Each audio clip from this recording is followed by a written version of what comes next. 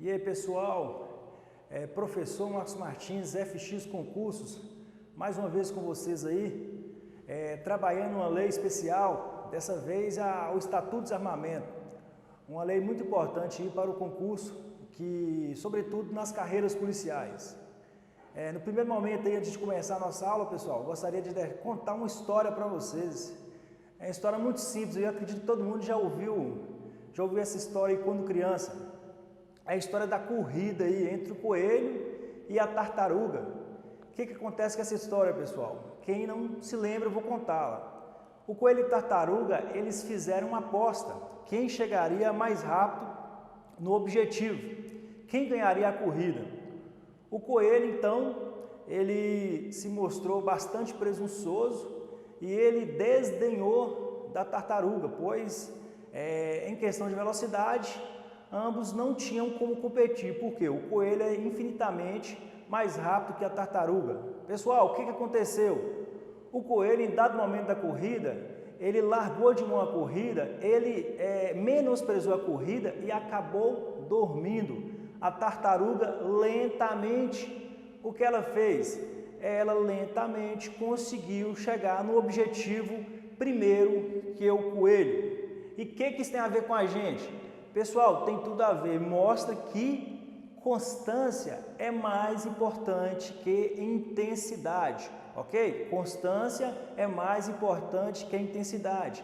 Então não espere o edital ser publicado para você estudar. Aí o edital publica, 2 meses da prova, começa a estudar igual um louco e não consegue absorver o máximo suficiente a matéria da prova. É muito mais fácil você, mesmo que não seja com tanta intensidade, você manter uma constância nos estudos, ok? 3, 4 horas por dia aí, se não conseguir 2 horas, mas manter uma constância e não pare de estudar, ok? Para concurso, constância é mais importante que a intensidade. É só lembrar aí da história do coelho e da tartaruga, dessa corrida aí, para a gente contextualizar aí com a situação do concurso, ok, pessoal?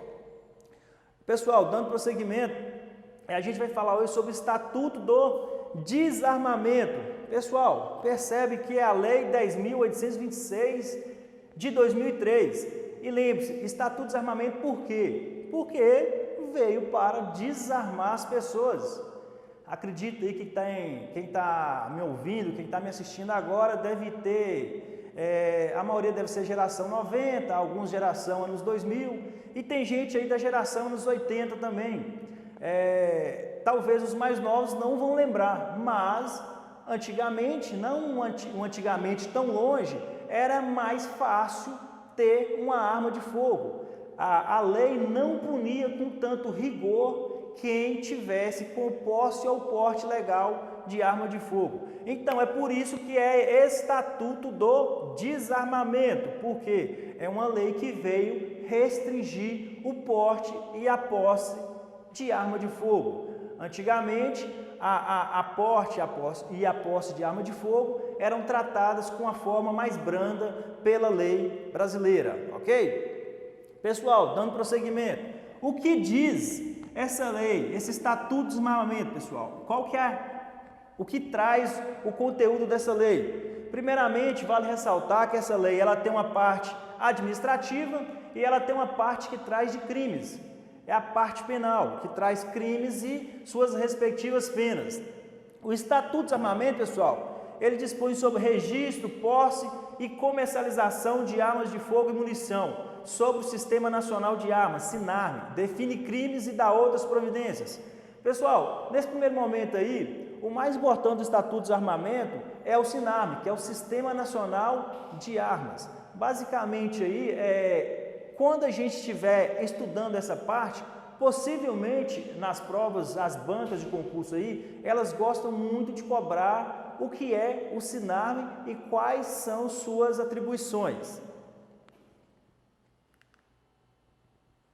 Pessoal, o artigo 1º da lei, ele já traz o seguinte: o Sistema Nacional de Armas, SINARM, Sistema Nacional de Armas, instituído no Ministério da Justiça,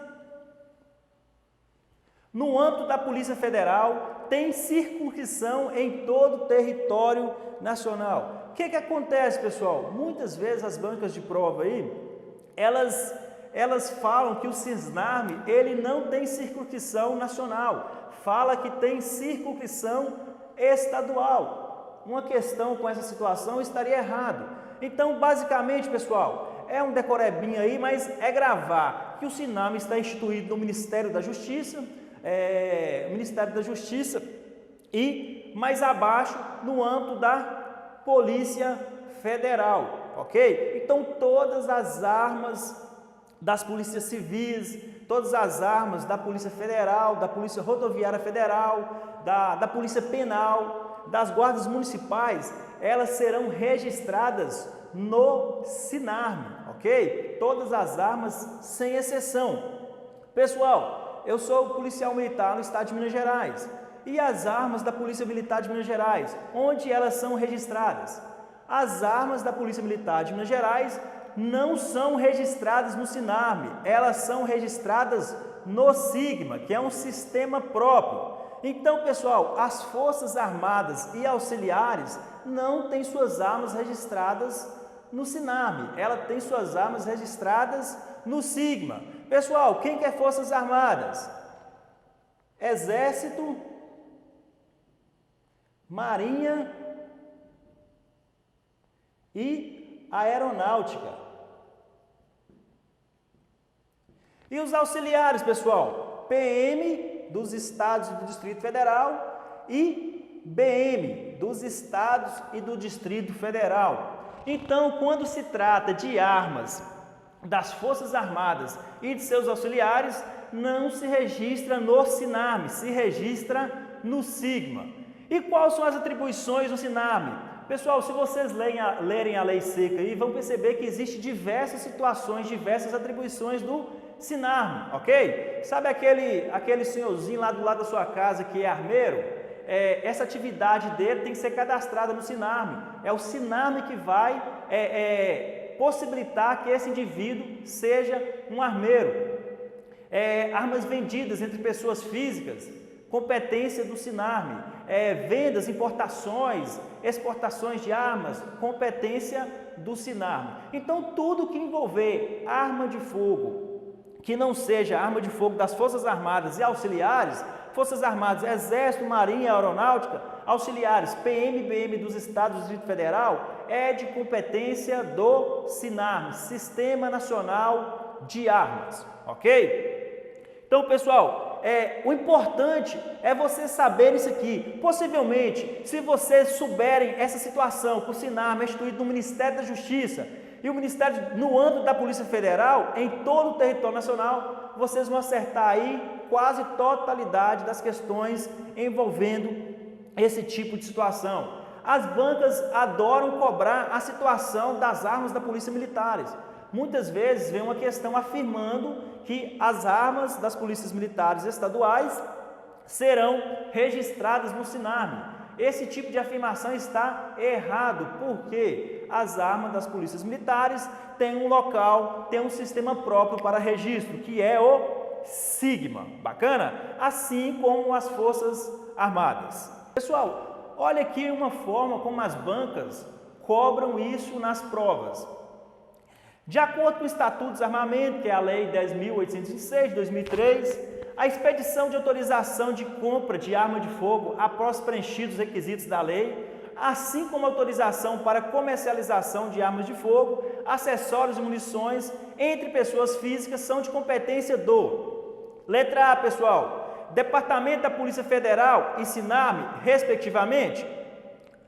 Não. Letra B, Cisnarme e Departamento de Polícia Federal, respectivamente? Letra C, Departamento de Polícia Federal? Letra D, pessoal, de forma bem simples, a competência para esse tipo de autorização é do Cisnarme, o Sistema Nacional de Armas, ok? Sistema Nacional de Armas. E letra E, pessoal, a gente já achou o nosso gabarito, mas letra E, Departamento de Polícia Federal e Exército. Lembrando, as armas de uso restrito, elas são registradas no Exército. mas essa situação aqui não tem nada a ver com exército, ok? Então a letra E também está equivocada. Gabarito da questão, letra D, D de dado. Então essa é mais ou menos a forma como esse tipo de questão é cobrado em prova. Lembrando que juntamente com essa aula aí, nos anexos tem algumas questões sobre o Estatuto de Desarmamento. Posteriormente irei postar um novo questionário a fim que os senhores treinem bastante essa lei, esse Estatuto do Desarmamento, ok?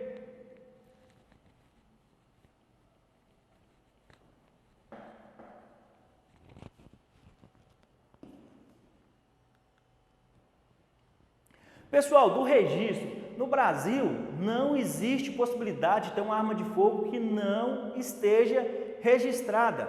É obrigatório o registro de arma de fogo no órgão competente. Pessoal, se não for das Forças Armadas e de seus auxiliares, será registrado no SINARM. Se for das Forças Armadas e seus auxiliares, será registrado no SIGMA. Mas é obrigatório o registro de arma de fogo no órgão competente. Por quê? Se essa arma não estiver registrada, possivelmente o agente vai estar cometendo algum crime, ok? Pode ser o crime de posse ilegal de uso permitido, ou posse legal de uso restrito, ok? Dependendo aí do calibre da arma de fogo. Lembrando aí, com um novo decreto aí do presidente Jair Bolsonaro, houve algumas mudanças aí no que diz em quais armas são de uso restrito e quais armas são de uso permitido. As armas de fogo de uso restrito serão registradas no comando do Exército na forma do regulamento desta lei. Primeira coisa, pessoal, existe as armas de fogo de uso permitido, existe as armas de fogo de uso restrito e arma de fogo de uso proibido. Quais são as armas de fogo de uso permitido? Pessoal, é aquelas armas que a sociedade, a população pode vir a comprar, pode vir a utilizar. Por isso que o próprio nome já diz, são de uso permitido. Uso restrito, pessoal, é aquela que o Exército restringe o seu uso. Não é qualquer pessoa que pode estar acessando esse tipo de arma. Essa é a diferença básica entre uso restrito e uso permitido. E uso proibido, pessoal. Uso proibido, inclusive, a posse ou aporte ilegal de arma de uso proibido é crime hediondo. Lá pela lei de crimes hediondos, hoje em dia é considerado crime hediondo. E uso proibido, pessoal, é aquele que no Brasil não pode haver. Ou seja, o Exército não deixa nem entrar em território brasileiro esse tipo de arma de fogo. É por isso que é de uso proibido, ok? E a posse ou o porte ilegal de arma de uso proibido é crime hediondo, conforme a lei de crimes hediondos. Então, as armas de uso restrito serão registradas no comando do Exército, na forma do regulamento desta lei. Pessoal, para a prova de vocês, não precisa ficar preocupado para saber o que é uma arma de uso permitido, o que é uma arma de uso restrito. Basicamente, a banca já vai trazer aquela situação para vocês. A própria banca, ela não vai ficar especificando para vocês saberem identificar o que é uma arma de uso permitido e o que é uma arma de uso restrito. Se vocês souberem o que é uma arma de uso permitido sem saber quais armas são, você já consegue fazer qualquer questão de prova. Não necessariamente você vai ter que saber que uma 380 é de uso permitido, esse tipo de coisa. Você não vai precisar saber dessas especificações, porque aqui a gente está estudando o Estatuto do Desarmamento. Existe o decreto que regulamenta o Estatuto do Desarmamento. Esse decreto, sim, ele é mais completo, ele traz as situações de forma mais específica. O Estatuto do Desarmamento ele é um pouco genérico, ele não especifica o que é restrito, o que é permitido, o que é proibido. A mesma coisa lá com a lei de drogas. Quem já leu a lei de drogas aí, a lei 11.343, vocês vão perceber que a todo momento eles falam sobre substâncias entorpecentes, e se você ler apenas a lei de drogas, não vai saber quais são as substâncias que são consideradas drogas, que são substâncias entorpecentes ilícitas, ok? Aqui tem uma certa semelhança, porque a gente fala de uso permitido, a gente fala de uso restrito. uso proibido, mas não entra em detalhes quais são as armas que fazem parte de cada espécie, ok?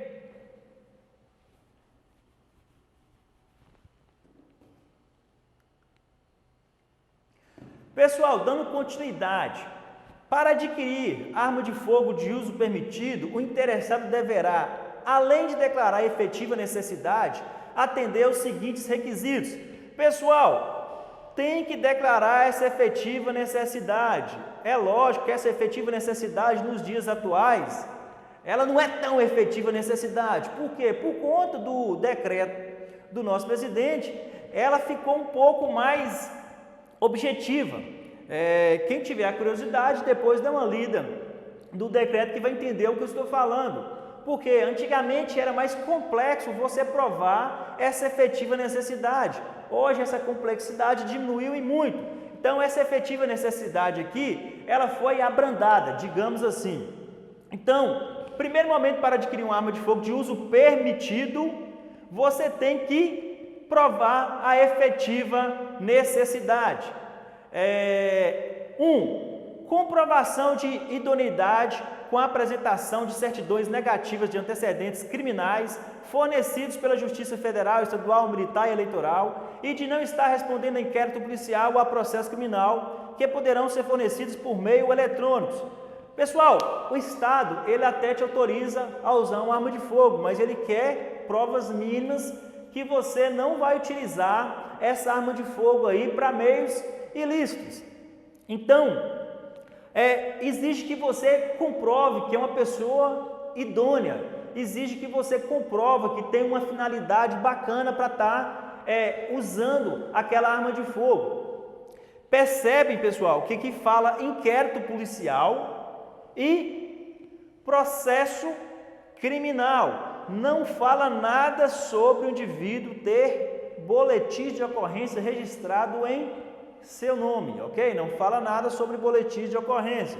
Então, essas certidões negativas, de certa forma, são facilitadas porque podem ser até por meios eletrônicos, ok? Então, além de declarar a efetiva necessidade, o cidadão que pretende ter uma arma de fogo, ele tem que mostrar que é uma pessoa de caráter, ok? E tem outra coisa, pessoal, ele tem que ter no mínimo 25 anos, 25 anos. A gente vai ver mais para frente que esse requisito não se enquadra quando se tratar dos órgãos referidos lá no artigo 144 da Constituição Federal, que é a Polícia Federal, Polícia Rodoviária Federal, Polícia Militar, Polícia Penal, ok? Eu entrei na Polícia Militar com 21 anos. Eu tive porte de arma aos 21 anos, ou seja, se eu não fosse policial militar, eu não me enquadraria nesse requisito de 25 anos de idade. Então, idade mínima, com exceções dos órgãos de segurança pública e de outras pessoas, a regra é que quem quer ter um porte, quer ter posse, tem que ter no mínimo 25 anos de idade.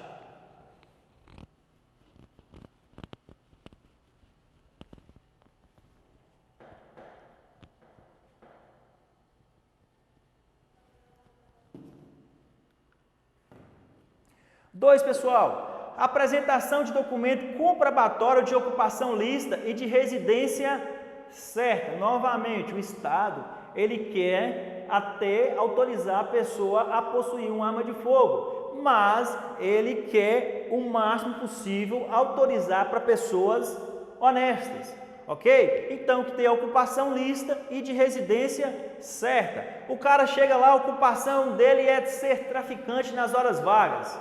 Ele vai conseguir possuir uma arma de fogo? Não, ele não vai conseguir possuir uma arma de fogo porque ele não tem ocupação lícita, ok? A ocupação dele é ilícita, constitui crime aí pela legislação penal brasileira.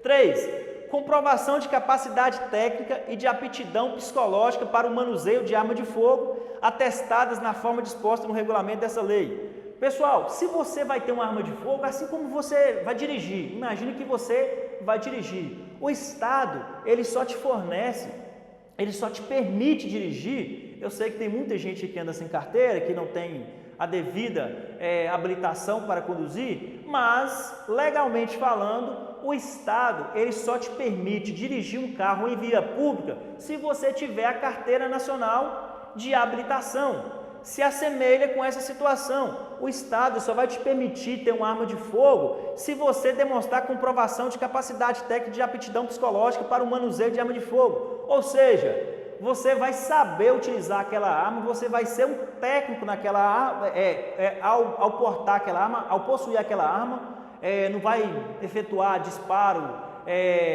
por falta de conhecimento, e outras situações que podem vir aí, a falta de tato com a arma de fogo. E também, pessoal, você tem que ter aptidão psicológica, também foi facilitada, foi abrandada aí com o decreto do Jair Bolsonaro, mas você tem que ter aptidão psicológica, você não pode utilizar aquela arma não pode ser constatado que você vai utilizar aquela arma de fogo para ferir as pessoas, para causar o próprio mal à sua própria pessoa, ok? Em tese, quem vai possuir uma arma de fogo, ele tem que ter uma pessoa centrada, tem que ser uma pessoa estável, uma pessoa que saiba realmente manusear aquela arma de fogo. Para aquele pessoal lá que eu falei, Polícia Federal, Polícia Militar, não se exige esses requisitos, por quê? Ao se formar em um curso de formação de soldados, curso de formação da Polícia Civil, do Polícia Penal, pessoal, deduz que ele tem uma efetiva necessidade, porque ele trabalha na área de segurança pública, deduz que ele é pessoa idônea, porque ele, ao ingressar na carreira, ele teve que passar por investigação social, deduz que ele tem ocupação lícita e residência certa, e também deduz que no curso ele teve comprovação de capacidade técnica, ou seja, ele fez aula de tiro, ele fez aula de manuseio de arma de fogo, e também que ele tem aptidão psicológica para o manuseio de arma de fogo. Todo concurso você tem que fazer o exame psicológico, aquele exame psicológico vai detectar se você tem aptidão para o manuseio de arma de fogo, ok? Pessoal, a empresa que comercializa armas de fogo, acessórios e munições responde legalmente por essas mercadorias, ficando registradas como de sua propriedade enquanto não forem vendidas. Em cidades menores aí não costumam ter casa de armas, mas cidades maiores, Belo Horizonte e algumas outras cidades de Minas Gerais, você está aí andando pelo centro, de repente você se depara com uma loja que vende armas, ok? Enquanto aquelas armas estiverem sob a posse daquela empresa, daquela loja de armas, ficam lá, permanecem como se forem dela, ok? Como se fosse de propriedade daquela empresa. Eu já vi esse tipo de questão, esse tipo de assertiva cair em provas de concurso. Geralmente vai vir cópia de lei. Basicamente, eles vão copiar e colar o artigo e vão colocar na prova. Então, vamos ler a lei seca para a gente não ter surpresa aí na prova. Não sei se os senhores têm costume de fazer concurso, mas esses concursos que cobram muito lei seca, eles vão mudar alguma palavrinha ali para tentar enganar o candidato, mudando todo o sentido daquele artigo, ok? Então, mais uma vez, a empresa que comercializa armas de fogo, acessórios e munições responde legalmente por essas mercadorias, ficando registrados como de sua propriedade enquanto não forem vendidas. Pessoal, a regra no Brasil é que o porte de arma de fogo, lembrando, porte é extramuros, posse é intramuros, ou seja, falando de uma maneira mais simples, posse de uma maneira bem mais grosseira dentro da sua casa, porte fora da sua casa, ok? O porte ilegal de arma de fogo, ele é exceção, Então, são poucas as pessoas no Brasil que podem utilizar, que podem portar uma arma de fogo. O que seria portar? Trazer consigo no seu próprio corpo, dentro do seu carro, ok? O porte de arma de fogo no Brasil, ela é exceção, porque o não porte é a regra, ok? Lembrando que a gente está falando do Estatuto do Desarmamento, e não o contrário, não é o Estatuto do Armamento, não. É o Estatuto do Desarmamento. Por quê? Porque a regra é não possuir arma de fogo, ok? Pessoal, artigo 6º da lei aí, a gente está dando uma pincelada aí,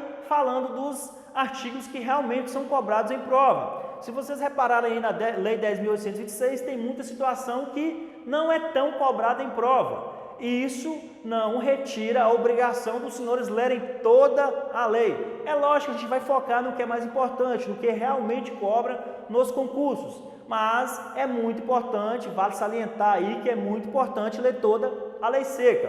Pessoal, é proibido o porte de arma de fogo em todo o território nacional, salvo para os casos previstos em legislação própria e para. Pessoal, as Forças Armadas, elas podem portar arma de fogo. Novamente, quem são as Forças Armadas? Marinha, Aeronáutica e Exército, elas podem portar arma de fogo. Pessoal, os integrantes de órgãos referidos nos incisos 1, 2, 3, 4 e 5. Se vocês lerem a Constituição Federal, vai ver que já tem o 6, que é o Polícia Penal, que foi inserido no rol do artigo 44 recentemente. E as da Força Nacional de Segurança Pública. Então tá lá, pessoal, Polícia Federal, Polícia Rodoviária Federal, Polícia Ferroviária Federal, Polícia Militar, Corpo de Bombeiros, Polícias Civis do Brasil, do Distrito Federal e a Polícia Penal. Eles podem portar arma de fogo. Se você reparar, quem sabe o que é Força Nacional de Segurança Pública, vai perceber que isso aqui foi uma tecnia do relator.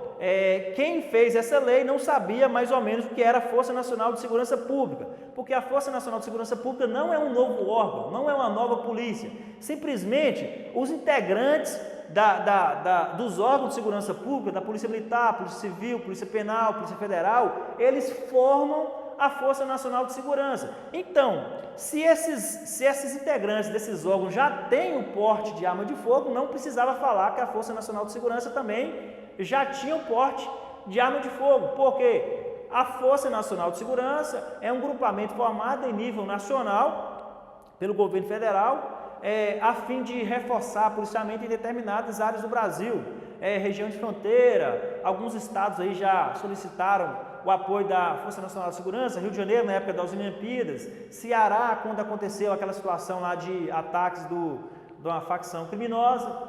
Então a Força Nacional de Segurança, ela faz parte dos demais órgãos, ok? Os integrantes da Força Nacional de Segurança são oriundos dos órgãos da segurança pública, ok? Pessoal, a gente vai dar uma parada, na próxima aula a gente continua, ok? A gente continua exatamente de onde a gente parou, porque esse artigo aqui é muito importante, cai muito em prova. Bacana? Um abraço aí, foco sempre nos estudos, ok? Um abraço.